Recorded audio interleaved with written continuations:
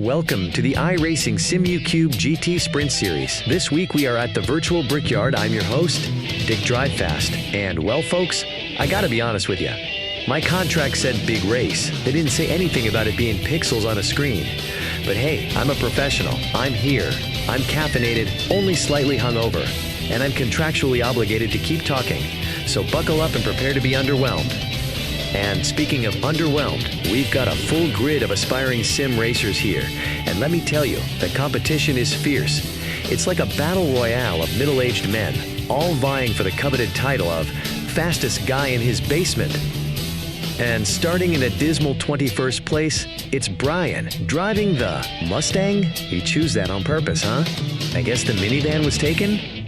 Maybe you can pick up some parenting tips from the drivers out there. They seem to have figured out how to avoid running into everyone else.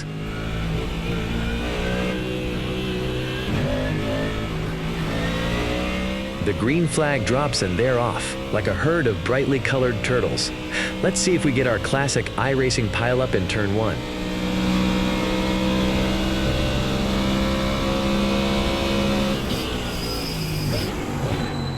Brake, Brian. He grabbed two spots there, but almost imprinted that Mustang logo on the bumper of the gray Porsche. And still managed to stay behind the blinking Porsche. Where is this guy connecting from? The moon?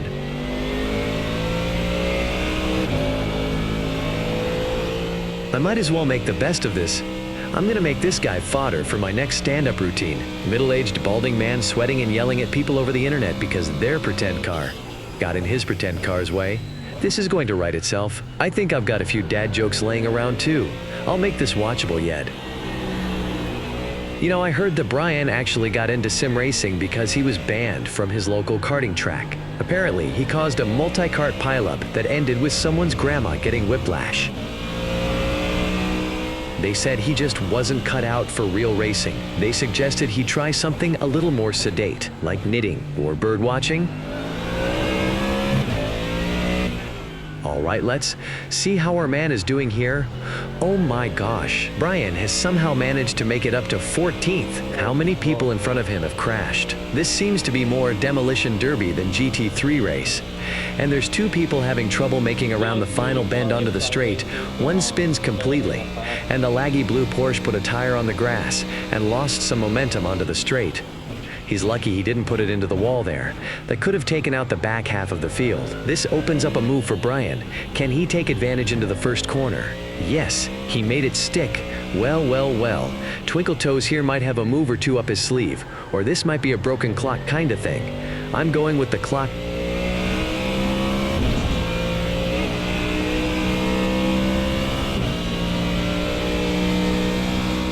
That Mustang sure does sound good, but doesn't seem to be going very fast. Just like the production model.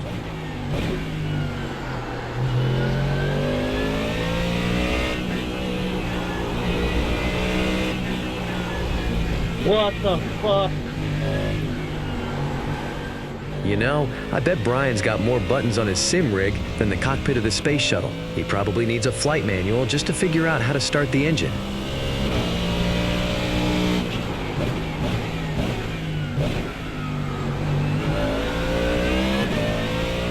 What's the best thing about Switzerland? I don't know, but the flag is a big plus.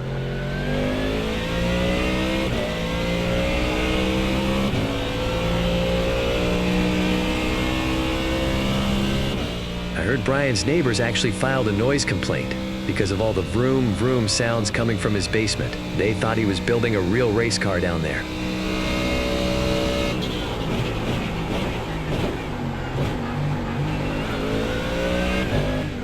I wonder if Brian's wife lets him wear that racing suit to bed, you know, just to feel like a real race car driver.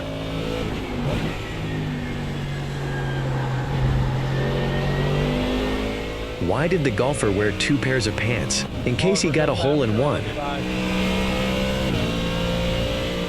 Did you hear about the racing snail? He was always sluggish at the start. Why did the tire get a flat? Because it ran over a fork in the road. Let's be honest, folks. Brian's out here living every middle-aged guy's fantasy. driving a loud, fast car without having to worry about insurance premiums or speeding tickets. And he doesn't even have to change out of his sweatpants. I'm sorry I shouldn't make fun of Brian's driving or his parking skills. I heard he once spent 20 minutes trying to back out of his own driveway. Let's see how many more people can crash in front of our hero on his way into the middle or the middle-aged pack. Oliver, are you on the mic here? What did the ocean say to the beach? Nothing, it just waved. Thank God, a commercial. We'll be right back after these messages.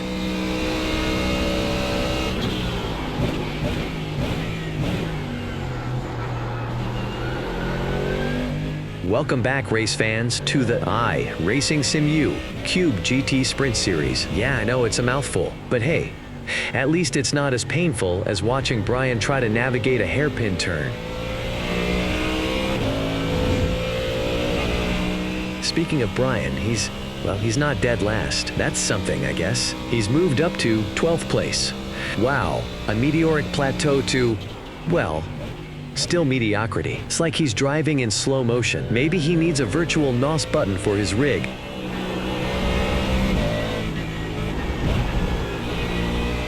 I heard a rumor that Brian's wife actually banned him from buying any more sim racing equipment.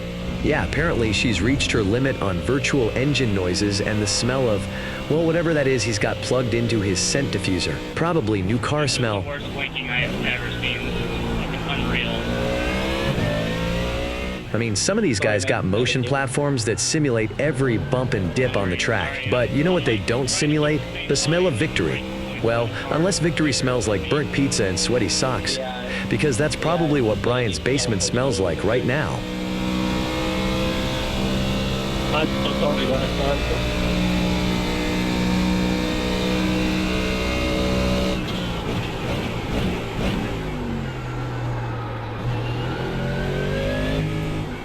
All right, let's see if Brian can keep it together for the next few laps. Or, you know, at least until I get back from the snack bar. I wonder if they have those little pizza bagels.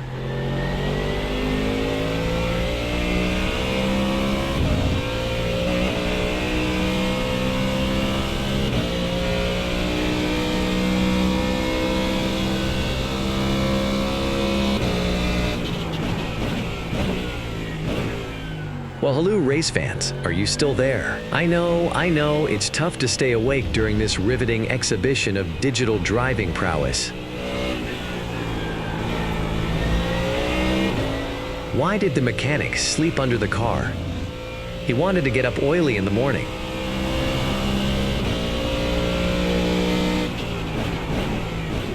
They say racing is in your blood, but in Brian's case, I think it's more like dial-up internet in his veins. He's just slow.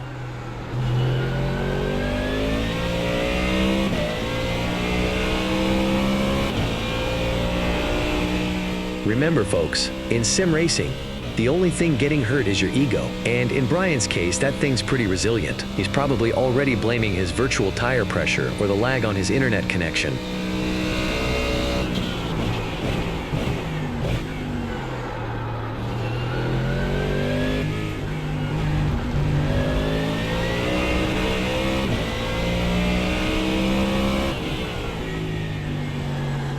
I heard that Brian's sim rig is so realistic, it even simulates traffic jams. Oh wait, that's just him holding everyone up.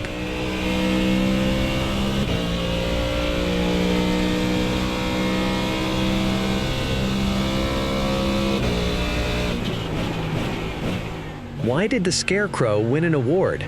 Because he was outstanding in his field. This is what I get for signing a contract without reading the fine print. Next time, I'm making sure it specifically states, real racing only, no simulators allowed.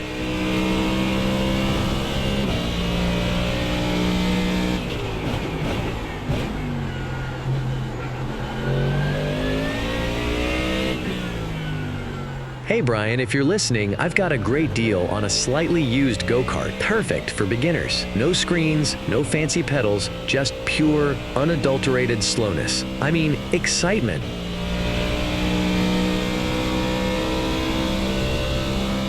All right, back to the race, folks. I've got to stay focused, even if Brian doesn't.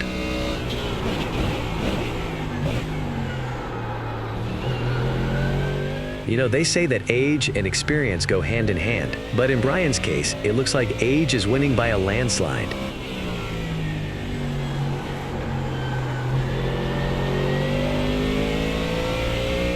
They say practice makes perfect, but in Brian's case, it just seems to make him more consistent at being inconsistent. He's like the embodiment of chaos theory in a race car.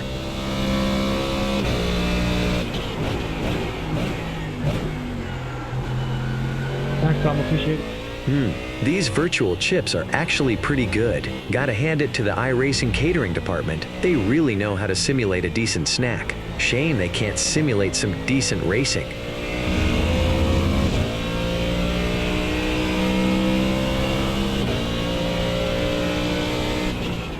You know, I bet his wife is already plotting how to turn that sim rig into a walk-in closet.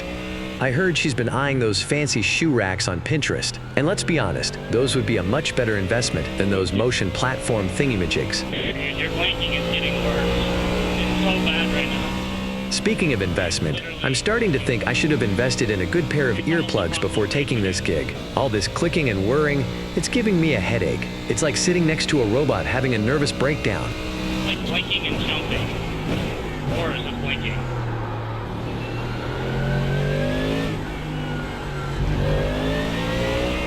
Okay, race fans, we're back, and wouldn't you know it, so is Brian, still out there, circling the track. You know, it's kind of like watching a goldfish in a bowl, except the goldfish probably has a better sense of direction.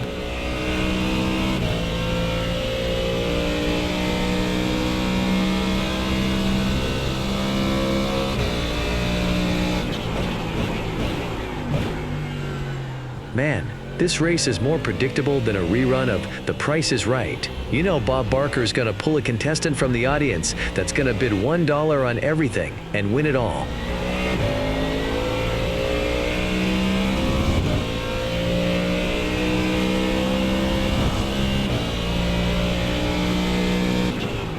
Let's see, Brian's running in, oh, he's actually holding on to 12th place.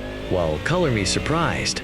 I was just about to write him off as a lost cause. Maybe he finally figured out that those flashing red lights on his dashboard mean something, or maybe he just got tired of hearing me make fun of him. But seriously, folks, Brian's driving is making me question the very nature of reality. I mean, he's got this amazing sim rig with all the bells and whistles, but he drives like he's got a blindfold on and 2 left feet. It's like he's never even seen a racetrack before. Maybe he should stick to watching reruns of Days of Thunder. At least that way, he won't actually be putting anyone in danger. This coffee is cold and stale, kinda like this race, except the race isn't over yet, unfortunately.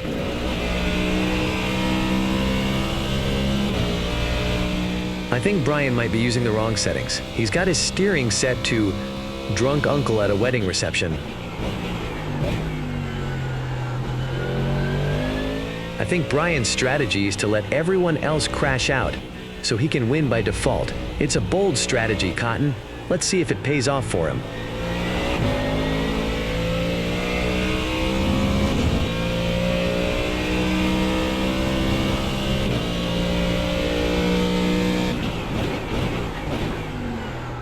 Phew, I'm telling ya, folks, this sim racing stuff is exhausting. All this sitting and staring at screens. It's a real workout for the eyeballs. I feel like I need a massage, or maybe just a stiff drink.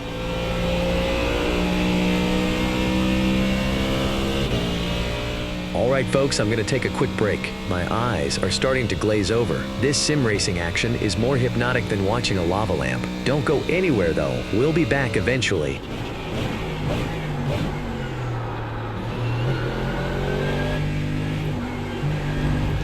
My agent told me this would be like announcing a real race. He said I'd be energized, exhilarated. Maybe he meant enervated and exasperated.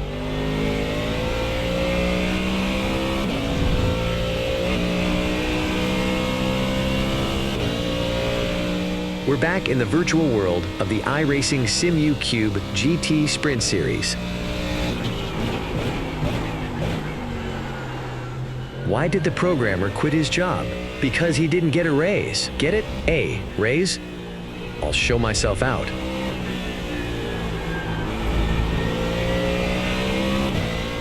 Why was the equal sign so humble?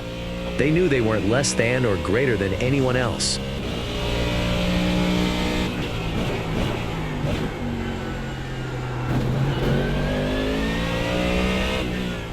Maybe he needs to program in one of those virtual pit crew guys to just follow him around the track and repaint the lines so he stops getting slowdowns and off tracks. I'm pretty sure he'd still get a drive-through somehow.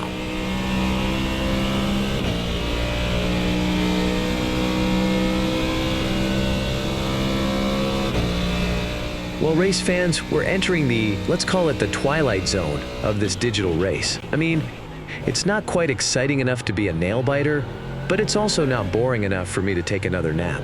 So here we are, trapped in the purgatory of simulated motorsport mediocrity. But hey, at least Brian's still out there, giving it his all, or at least his version of all, which, let's be honest, isn't that impressive. He's currently in 12th place. Yeah, that's right, 12th. He's like the participation trophy of sim racing. My fucking exploration. You know, I once saw a snail race a garden gnome. It was actually more exciting than this, and they both finished before Brian.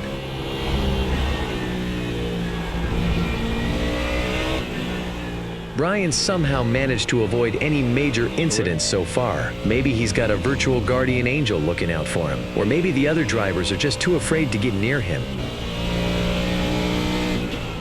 I'm Dick Drivefast, by the way, and I'm pretty sure my career is going backwards faster than Brian's Mustang. Let's see. Ah, yes, there's our boy, still puttering around out there. Let me check the leaderboard.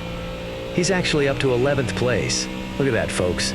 A near top 10 finish for a guy who probably thinks Apex is a new streaming service.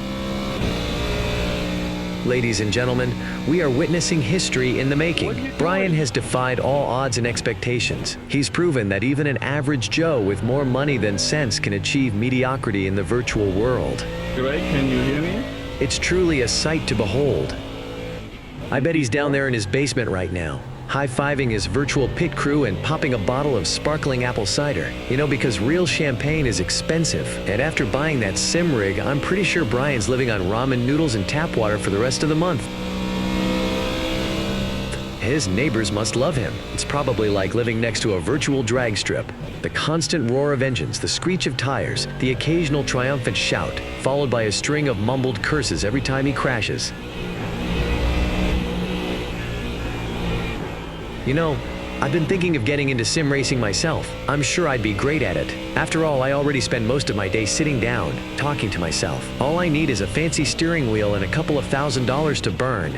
Maybe I'll ask Brian if I can borrow his rig. Although, knowing him, he probably charges a rental fee and requires you to wear a full hazmat suit before touching anything.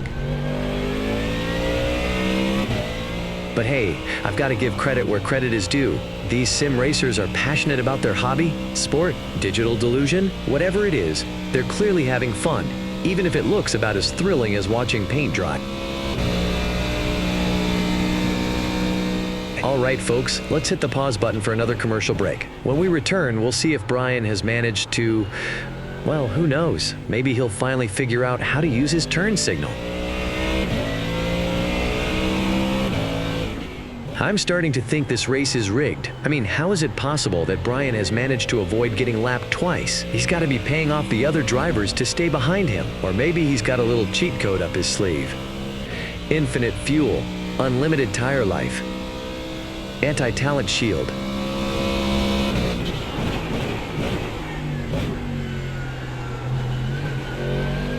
You know, they say every race has its dark horse, but in Brian's case, it's more like a dark turtle. He's plodding along, completely oblivious to the thrilling battles happening all around him. It's like he's in his own little world, a world where the speed limit is 20 miles per hour and overtaking is considered rude. I bet he's got one of those baby on board signs stuck to the back of his virtual car.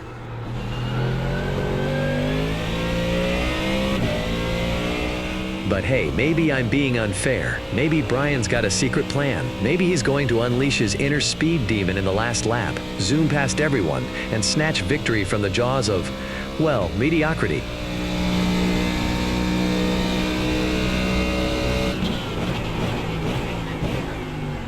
You know, I'm starting to feel sorry for his pit crew. They must be bored out of their minds. They're probably sitting there, twiddling their thumbs, wondering if they should just start a game of poker while they wait for Brian to, eventually, come in for a pit stop. I bet they've even got a betting pool going on how many laps he'll complete before he finally decides to, stop for fuel.